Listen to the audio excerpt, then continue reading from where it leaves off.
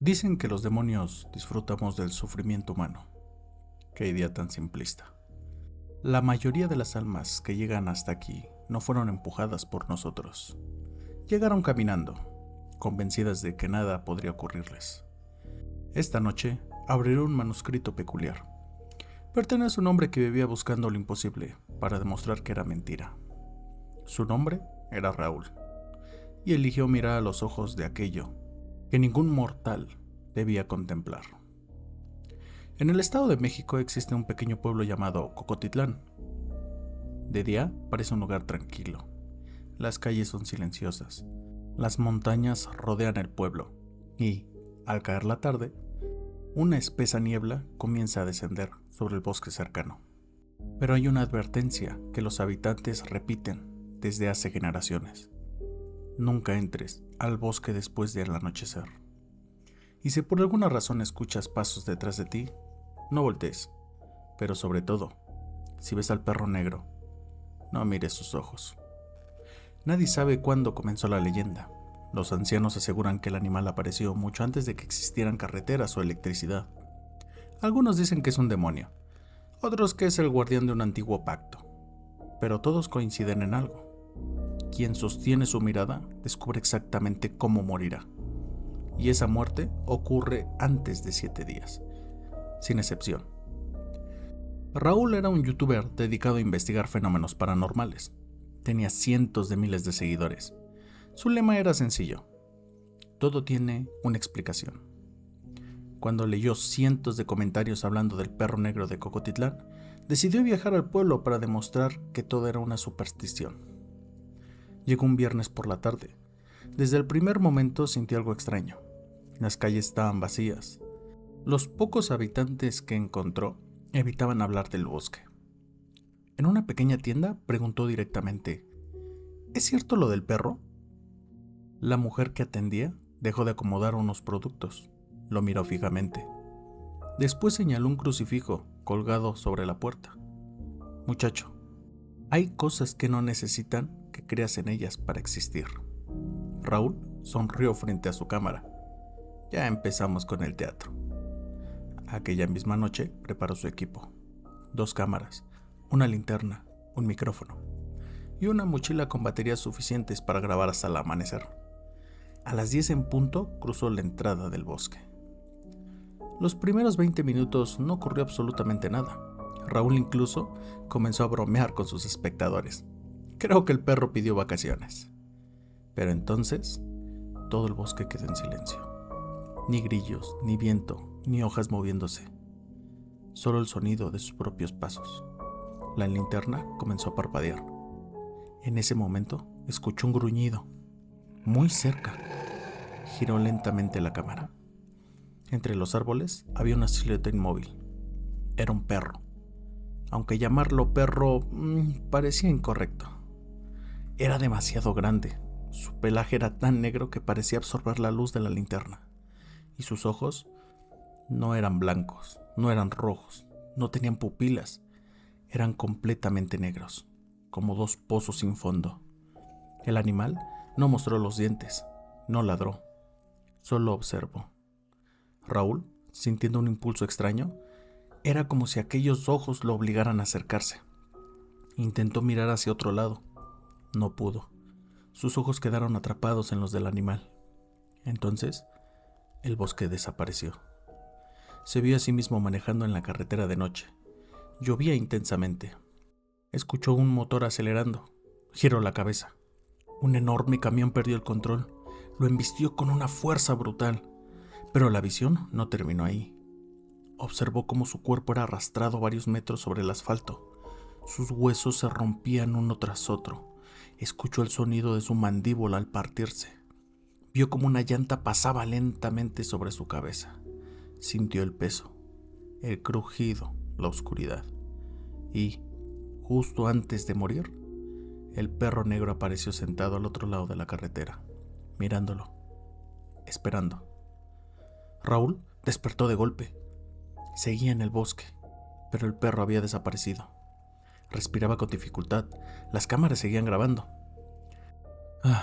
Solo fue una alucinación. Repitió esa frase durante todo el camino de regreso. Pero algo había cambiado. Cada vez que cerraba los ojos, veía exactamente la misma escena. Siempre igual, sin importar cuánto intentara distraerse. Durante los días siguientes comenzaron a suceder cosas extrañas. Cada noche encontraba huellas de perro frente a la puerta de su habitación, siempre húmedas, siempre recientes, sin importar que hubiera dormido en hoteles distintos. El sexto día dejó de salir de casa. Estaba convencido de que, si no conducía, jamás ocurriría el accidente que había visto. Cerró puertas, ventanas, desconectó el teléfono, esperó. Y a las 11 de la noche, escuchó un rasguño. Después otro y otro. Venían de la puerta principal. Cuando miró por la mirilla, solo vio oscuridad. Entonces sonó el timbre. Una vez, 2, 3. Raúl retrocedió lentamente. El silencio regresó. Respiró aliviado, hasta que escuchó un ladrido dentro de la casa. Venía del pasillo. Escuchó un gruñido. Corrió desesperado hacia la salida trasera. Abrió la puerta y se lanzó a la calle sin mirar. En ese mismo instante, un camión perdió el control al tomar la curva, exactamente igual que en la visión. El impacto fue tan violento que varios vecinos afirmaron haber escuchado los huesos romperse desde sus ventanas. Cuando la policía revisó las cámaras de seguridad, descubrieron algo imposible. Un segundo antes del accidente, Raúl parecía estar huyendo de algo. Miraba constantemente detrás de él, pero en las grabaciones no había nadie. Y así termina ese manuscrito. Los habitantes de Cocotlán siguen creyendo que el perro negro maldice a quienes lo miran. No comprenden la verdad. El animal no provoca la muerte, solo revela un destino que ya estaba escrito. Y curiosamente, desde que Raúl llegó al infierno, insiste en hacerme la misma pregunta una y otra vez. ¿Habría sobrevivido si nunca hubiera levantado la vista? Yo siempre le respondo lo mismo. Querido Raúl, algunos caminos comienzan mucho antes de que uno decida recorrerlos, y algunos ojos jamás debieron ser mirados. Pero no te vayas, permíteme leerte otro manuscrito. Esta vez de una joven llamada Belén. Era youtuber. Su mayor virtud era la curiosidad. Su peor defecto también. En una región montañosa existía un pequeño pueblo del que casi nadie habla. No aparecía en los mapas turísticos, ni en folletos, ni en documentales. Los habitantes solo lo llamaban San Jerónimo del Monte. Pero quienes nacían ahí conocían una única regla. Una regla que jamás debía romperse. Cuando escuches la campana, métete a tu casa. Cierra puertas y ventanas. Apaga las luces y jamás respondas si alguien llama. Nadie sabía quién tocaba aquella campana. Solo sabían que sonaba algunas noches, siempre después de la medianoche. No seguía ningún horario. Podían pasar meses sin escucharla, o sonar 3 noches seguidas. Cuando ocurría, todo el pueblo desaparecía. Las calles quedaban vacías en menos de un minuto. Los perros dejaban de ladrar, las ventanas se cerraban, y un silencio absoluto cubría el lugar, porque todos sabían que el hombre de la campana ya caminaba entre las calles. Belén había escuchado aquella historia gracias a un mensaje anónimo. Si de verdad buscas leyendas reales, ve a San Jerónimo del Monte. Pero cuando escuches la campana, no intentes grabarlo. Naturalmente, eso fue exactamente lo que decidió hacer. Su canal de YouTube estaba dedicado a explorar lugares supuestamente embrujados. Siempre buscaba una explicación, y mientras más imposible parecía una historia, más interesada estaba. Llegó al pueblo poco antes del anochecer. Le sorprendió la tranquilidad del lugar. Los niños jugaban, los comerciantes sonreían, todo parecía completamente normal, hasta que preguntó por la campana. Las conversaciones se detuvieron. Una anciana dejó caer la bolsa que llevaba. Un hombre cerró la puerta de su negocio sin decir una sola palabra. Solo el dueño de la pequeña posada aceptó responder.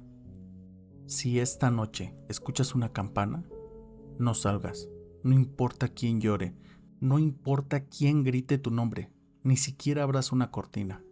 Belén sonrió. ¿Y quién toca la campana? El hombre tragó saliva. Alguien que ya no pertenece a este mundo. Aquella noche preparó sus cámaras. Colocó una frente a la plaza principal, otras sobre un trípode y una más en su pecho. A las 12:17 la escuchó. Ding, dong, ding, dong. No era una campana fuerte, era lenta, profunda, como si cada sonido hiciera vibrar el suelo. En cuestión de segundos, las luces comenzaron a apagarse, las puertas se cerraron de golpe, las cortinas desaparecieron detrás de las ventanas, el pueblo entero quedó vacío. Belén apenas podía creer la rapidez con la que todos habían desaparecido.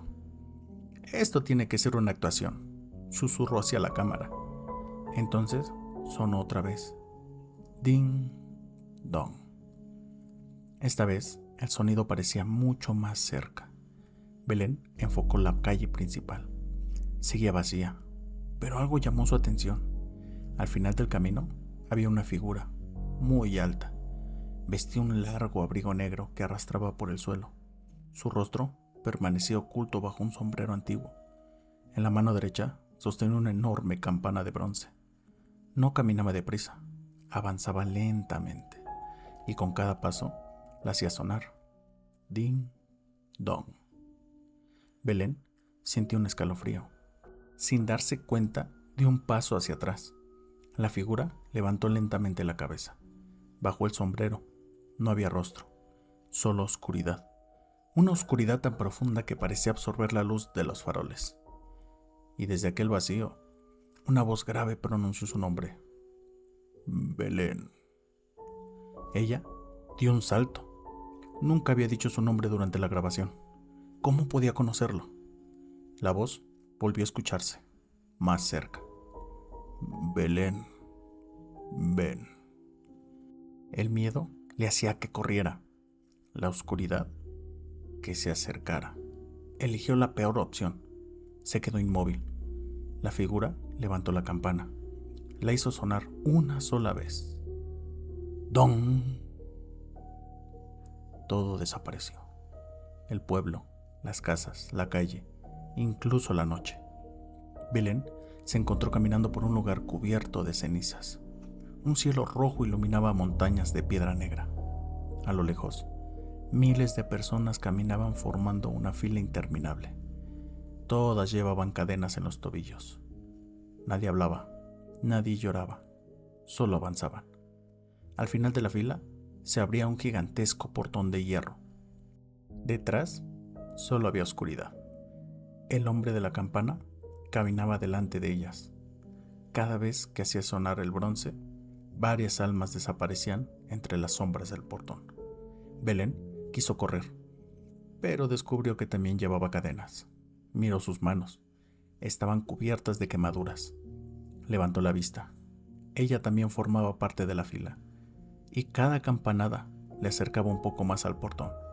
Ding, dong, ding, dong. Cuando estuvo frente a la entrada, dos manos negras salieron de la oscuridad. La sujetaron por los brazos. Comenzaron a arrastrarla. Belén gritó, forcejeó, clavó las uñas en el suelo, pero era inútil. Antes de cruzar el umbral, escuchó la voz del hombre de la campana. Todavía no. La visión terminó. Belén despertó tendida en la plaza. El pueblo seguía vacío. La campana había dejado de sonar. Corrió hasta la posada. Intentó explicar lo sucedido. Nadie quiso escucharla. A la mañana siguiente, abandonó el pueblo. Durante varios días trató de convencerse de que todo había sido una pesadilla, hasta que comenzaron las campanadas. Siempre una, nunca dos. Sonaban detrás de ella, en un estacionamiento, en el pasillo de su edificio, en el elevador, en un supermercado lleno de gente. Nadie más parecía escucharlas, solo ella. Cada campanada estaba un poco más cerca. Cada noche despertaba con la impresión de que alguien permanecía de pie junto a su cama, esperando. El séptimo día decidió transmitir en vivo. Quería demostrarles a todos que estaba siendo víctima de una persecución. Miles de personas entraron a la transmisión. Belén Hablaba mirando a la cámara cuando de pronto se hizo completamente pálida, porque acababa de escuchar la campana. ¡Don! Los espectadores no entendían por qué había dejado de hablar. Ella sí, sabía que estaba detrás de la cámara. Retrocedió lentamente, llorando, sin apartar la vista de aquello que solo ella podía ver. No, todavía no, susurró. La transmisión terminó de golpe. La policía encontró el departamento cerrado desde dentro. No había señales de violencia, ventanas rotas, ni un rastro de Belén. Solo encontraron su cámara aún encendida y sobre el piso de madera una enorme campana de bronce, vieja, oxidada, cubierta por un fino polvo negro. Nadie supo explicar cómo llegó ahí. Los agentes decidieron llevarla como evidencia. Sin embargo, el objeto desapareció antes de llegar a la comisaría. Jamás volvió a encontrarse. Así concluye el manuscrito de Belén. Muchos creen que el hombre de la campana secuestra a quienes permanecen en la calle. Qué interpretación tan ingenua. Él no busca víctimas, busca nombres. Cuando hace sonar su campana, no está anunciando su llegada, está confirmando que ya encontró a la siguiente alma. Así que, si alguna noche el mundo entero guarda silencio y escuchas una campana a lo lejos, no mires por la ventana, porque quizá no esté pasando frente a tu casa, quizá se haya detenido exactamente frente a tu puerta. Con esto concluyen los 2 manuscritos del día de hoy. Muchas gracias por escucharme. Recuerda, yo soy hasta él, el narrador del infierno. Hasta el próximo manuscrito.